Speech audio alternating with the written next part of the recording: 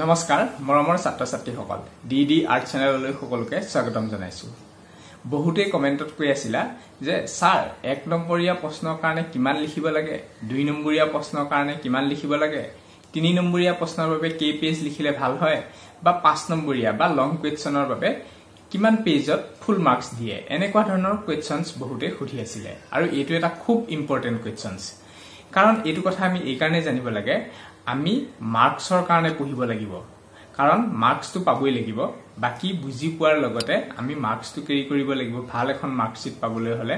আৰু এই মাৰ্কটো বহুত দৰকাৰ হয় মই আগৰ বহু ভিডিঅত কৈছো যে মাৰ্কসে তোমালোকক আকৌ বেলেগ কিবা এটা পঢ়িবৰ কাৰণে এডমিশন লোৱাত সহায় কৰিব চাকৰিৰ ক্ষেত্ৰত সহায় কৰিব গতিকে মাৰ্কসটো লাগিবই এটা মাৰ্কস বেছি পাবলৈ হলে তোমালোকে বুজি পোৱাৰ লগতে কেনেকৈ উত্তৰবিলাক পৰীক্ষাৰ বহীত লিখে এই সম্পৰ্কেও জনাটো দৰকাৰ পৰীক্ষাৰ বহি এখনত কেনেকৈ সাবচিকুনকৈ লিখে এই সম্পৰ্কে মই আগৰ এটা ভিডিঅত কৈছো আজিৰ ভিডিঅটোত মই ক'ব লৈছো যে কিমান লিখিব লাগিব কিমান লাইন লিখিলে 1 নম্বৰ পায় কিমান লাইন লিখিলে 2 নম্বৰ পায় 3 নম্বৰ প্ৰশ্নটোৰ বাবে কিমান লাইন লিখিব লাগিব আৰু গোটেই টাইম মেনেজমেন্ট খিনি কেনেকৈ কৰিব লাগিব বহুত লিখিলেওটো নহব তোমালোকে 3 ঘণ্টাৰ ভিতৰতে গোটেইখিনি লিখি শেষ কৰিব লাগিব তাৰ কাৰণে কেনেকুৱাকৈ লিখিব লাগিব এই সম্পৰ্কে তোমালোকক ক'বলৈ লৈছো প্ৰথমতে মই ক'বলৈ লৈছো 1 নম্বৰীয়া প্ৰশ্নৰ বাবে তোমালোকে কিমান উত্তৰ লিখিবা উত্তৰটো কিমান দীঘলকৈ লিখিবা এটো ক'বলৈ লৈছো মোৰ হাতত বহুতো কোৱেশ্চনছ পেপাৰ আছে এইবোৰ কোৱেশ্চনছ পেপাৰ বিভিন্ন ফাইনেল পৰীক্ষাৰ কোৱেশ্চনছ পেপাৰ আৰু এই কোৱেশ্চনছ পেপাৰৰ ওপৰত মই ক'বলৈ লৈছো এইখন হৈছে মেট্ৰিকৰ কোৱেশ্চনছ পেপাৰ HSLC 2021 ৰ এইখন এতিয়া ইয়াতে দিয়া আছে মই 1 নম্বৰীয়া প্ৰশ্ন চাইছো 1 নম্বৰীয়া প্ৰশ্ন আকৌ ভাগ কেইটাও থাকে যেনে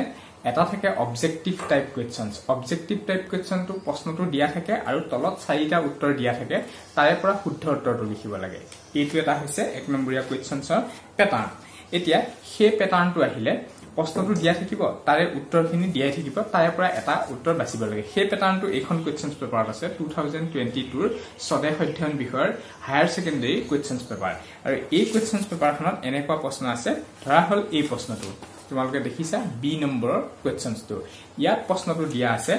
কোন আহোম ৰজাৰ ৰাজত্বকালত মোমাই তামুলী বৰবৰুৱাই পাইক পথা প্ৰৱৰ্তন কৰিছিল উত্তৰ দিয়া আছে 1 চুকাফা 2 চক্ৰধ্বজ সিংহ 3 প্ৰতাপ সিংহ 4 ৰুদ্ৰ সিংহ এতিয়া ইয়াৰে শুদ্ধ উত্তৰটো হৈছে প্ৰতাপ সিংহ তোমালোকে উত্তৰটো কি লিখিবা এনেকে 1 নম্বৰৰ প্ৰশ্নৰ উত্তৰ লিখি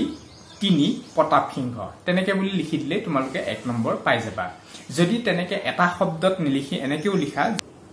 প্ৰতাপ সিংহ ৰাজত্বকালত মোমাই তামুলী বৰবৰুৱাই পাইক পথাৰ প্ৰৱৰ্তন কৰিছিল এনেকে যদি গোটেই বাক্যটো লিখা তেতিয়াও 1 নম্বৰে পাবা গতিকে এইটো তোমালোকে গোটেই বাক্যটো লিখা নে এটা শব্দত লিখা হেতু তোমালোকৰ ওপৰত ডিপেন্ড কৰিব যিটোৱে নিলিখা তোমালোকে 1 নম্বৰ পাবা এটা ৱৰ্ডত এনসাৰটো লিখিলেও 1 পাবা গোটেই সেন্টেন্সটো লিখিলেও 1 পাবা এইটো প্যাটাৰ্নৰ কোৱেশ্চন চলে আৰু এটা প্যাটাৰ্ন আছে 1 নম্বৰীয়া কোৱেশ্চনছৰ প্যাটাৰ্ন সেই প্যাটাৰ্নটো এনেকুৱা এইখন কোৱেশ্চনছ পেপাৰত মই এই প্যাটাৰ্নটো দেখাবলৈ লৈছো এই প্যাটাৰ্নটো হৈছে যে এইটো এটা মই কোৱেশ্চনছ ইয়াতে চাইছো 5 নম্বৰৰ যেটো কোৱেশ্চনছ 1 নম্বৰীয়া কোৱেশ্চনছ 1 নম্বৰ আছে সাভানা কি এনসাৰটো হ'ব সাভানা হৈছে এখন তৃণভূমি একদম সুকি এটা লাইনত এনসাৰটো শেষ হৈ গল তাতো তোমালোকে 1 নম্বৰ পাবা আৰু 1 নম্বৰীয়া কোৱেশ্চনছ কেতিয়াবা আহে খালি ঠাই পূৰ কৰা যেনে ধৰা অসমৰ ৰাজধানী দেশ তাতে 1 নম্বৰ আছে তেতিয়া তোমালোকে উত্তৰ বুলি লিখি দিছপুৰ বুলিও ডাইৰেক্ট লিখিব পাৰা নহলে গোটেই বাক্যটো লিখি দিব পাৰা অসমৰ ৰাজধানী দিছপুৰ তলৰ খালি ঠাইটো আন্ডাৰলাইন কৰি দিব পাৰা গতিকে যিয়ে নিলিখা হেতুৰ কাৰণে তোমালোকে 1 নম্বৰ পাবা এইখিনি হৈছে 1 নম্বৰীয়া কোৱেশ্চনছৰ প্যাটাৰ্ন আৰু ইয়াৰে এনসাৰখিনি মই এতিয়া তোমালোকক কৈ দিলো কেনেকৈ লিখিব লাগে তাৰ পাছত আহিলে 2 নম্বৰীয়া প্ৰশ্ন 2 নম্বৰীয়া প্ৰশ্নৰ বাবে মই এই প্ৰশ্ন কাকতখন লৈছো HS ফাৰ্ষ্ট ইয়াৰৰ 2016 ৰ এখন কোৱেশ্চনছ পেপাৰ ইয়াত মই চাওঁচোন 2 নম্বৰীয়া প্ৰশ্ন কি আহিছে ইয়াতে 2 নম্বৰীয়া প্ৰশ্ন বহুত কেইটা আছে তাৰে ভিতৰত এই প্ৰশ্নটো চাইছো ইয়াত লিখা আছে অসমত অৱস্থিত এশিঙীয়াগড়ৰ যিকোনো দুটা বাসভূমিৰ নাম লিখা একদম ডাইৰেক্ট কোৱেশ্চনছ দিছে দুটা বাসভূমিৰ নাম এশিঙীয়াগড়ৰ উত্তৰ হ'ব কাজিৰঙা ৰাষ্ট্ৰীয় উদ্যান আৰু পবিতৰা অভয়াৰণ্য ডাইৰেক্ট সেই ওয়াৰ্ড কেটা লিখি দিলেও তোমালোকে 2 নম্বৰ পাবা সেই ওয়াৰ্ড কেটাটো এটা লাইনৰ ভিতৰতে হ'ব তথাপিতো তোমালোকে 2 নম্বৰ পাবা কাৰণ এটো ডাইৰেক্ট কোৱেশ্চনছ কৰিছে ইয়াত আৰু কাজিৰঙা কি পবিতৰা কি এবোৰ বৰ্ণনা কৰিব নালাগে বৰ্ণনা কৰিলে নম্বৰ কেতিয়াও নাবাহে কমাৰহে চান্স থাকিব বানান ভুল হল কিবা হল এবিলাকত গতিকে ডাইৰেক্ট প্ৰশ্ন কৰিছে 2 নম্বৰৰ কাৰণে ডাইৰেক্ট উত্তৰ এক লাইনত হলেও হ'ব দুটা ওয়াৰ্ডত হলেও হ'ব এনেকুৱা ডাইৰেক্ট যদি কোৱেশ্চনছ আহে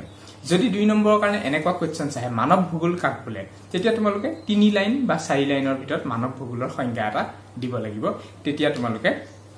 তাৰ কাৰণে যি 2 নম্বৰ আছে সেই 2 নম্বৰ পাবা 3 নম্বৰৰ প্ৰশ্ন আহে 3 নম্বৰীয়া প্ৰশ্নৰ কাৰণে এখন ষ্টুডেন্টৰ মই বহি লৈ আহিছো মই লিখাই দিও কিছুমান প্ৰশ্ন উত্তৰ আৰু তাৰে সেই প্ৰশ্ন উত্তৰ বিলাক তেওঁলোকে লিখি লৈ বহিত আৰু মই এই বহিখন এতিয়া মই তোমালোকক অলপমান দেখাই দিব লৈছো 3 নম্বৰ প্ৰশ্নৰ কাৰণে কিমান লিখিছে ইয়াত এটা প্ৰশ্ন আছে এইটো তলৰ এইটো প্ৰশ্ন আছে ইয়াত লিখা আছে স্থানান্তৰিত কৃষিৰ ভৱিষ্যত মলিন আলোচনা কৰা এই প্ৰশ্নটো 3 বা 4 নম্বৰ আহিলে এখিনি লিখিলে হ'ব এখিনি কিমান লিখিছে চোৱা ইয়াৰ পৰা ষ্টাৰ্ট হৈছে এখিনি শেষ হৈছে তাৰ পিছত ইয়াৰ পৰা এই পেজটো ইয়ালৈকে এই কোৱেশ্চনটো আৰম্ভ হৈছে মানে পৰীক্ষাৰ যিখন বহি পৰীক্ষাৰ বহিখনটো ইয়াতকে অলপ ছুটি হয় বহিখন গতিকে সেই বহিখনত প্ৰায় 1.5 পেজ এটা পেজ এই পৃষ্ঠাটো সম্পূৰ্ণ হয় এইটো পৃষ্ঠালৈকে আধা গুছি যাব এই কোৱেশ্চনটো মানে 3 নম্বৰীয়া বা 4 নম্বৰীয়া কোৱেশ্চনছৰ কাৰণে কিমানখিনি লিখিলে হৈ যায় এতিয়া তাতে আকৌ আখৰৰ সাইজৰো কথা আছে তোমালোকৰ আখৰটো কিমান সৰু কিমান ডাঙৰ বহুত ডাঙৰ যদি ডাঙৰকে লিখা ভম্বলা মানে একে মস্ত ডাঙৰ লিখা তেতিয়াটো বহুত পেজ গুছি যাব তেনেকুৱা আখৰ লিখিব নালাগে তেতিয়া পৰীক্ষকে চাইও বেয়া পায় একেবাৰে সৰু লিখিব নালাগে এই আখৰকিটা সাইজৰ আখৰ বুলি ক'ব পৰা যায় এনেকুৱা সাইজত অলপ পাতলকে তোমালোকে বহিত পৰীক্ষাৰ বহিত লিখিব পাৰা তেতিয়া 1.5 পেজত তোমালোকৰ 3 বা 4 নম্বৰৰ কাৰণে হৈ যায় 5 নম্বৰৰ কাৰণে মিনিমাম 2 পেজ সেই পৰীক্ষাৰ যিখন বহি তাত মিনিমাম 2 পেজ লিখিব লাগে এতিয়া তাৰ লগত আৰু কিছুমান কথা আছে যেনেকে মানৱ ভূগোল কাক বোলে বুলি কওঁতে 2 নম্বৰীয়া প্ৰশ্নটো তোমালোকক 3 লাইন লিখিব দিলো কিন্তু অসমৰ দুখন ৰাষ্ট্ৰীয় উদ্যানৰ নাম লিখা বুলি কওঁতে দুটা ওয়াৰ্ডতে হৈ যাব গতিকে সেইটো তাকো 2 নম্বৰে পাবা এনেকুৱা ডাইৰেক্ট কোৱেশ্চনছ আছে নে অলপ বৰ্ণনা কৰিব দিছে তাৰ ওপৰতো ডিপেন্ড কৰিব আৰু এটা কথা আমাৰ যেহেতু বেছিভাগ ছাত্ৰ ছাত্ৰী ভূগোল বিষয় আছে ভূগোলৰ ক্লাছ যেহেতু তোমালোকক দি থাকো তোমালোকে জানা ভূগোলত ছবি আঁকিব পৰা যায় যেনে অসমৰ ভূপ্ৰাকৃতিক বিভাগ কেইটা আৰু কি এটা ভাগৰ বৰ্ণনা দিয়া এই প্ৰশ্নটো ধৰা আহিল তেতিয়া তোমালোকে ধুনিয়াকে এখন অসমৰ মেপ আঁকি তাত ভূপ্ৰাকৃতিক ভাগসমূহ দেখুৱাই দিবা সমুটুকা লিখা বদ্বীপ কাক বোলে লিখিবা লগত বদ্বীপটোৰ এটা ছবি আঁকি দিবা সৰুকে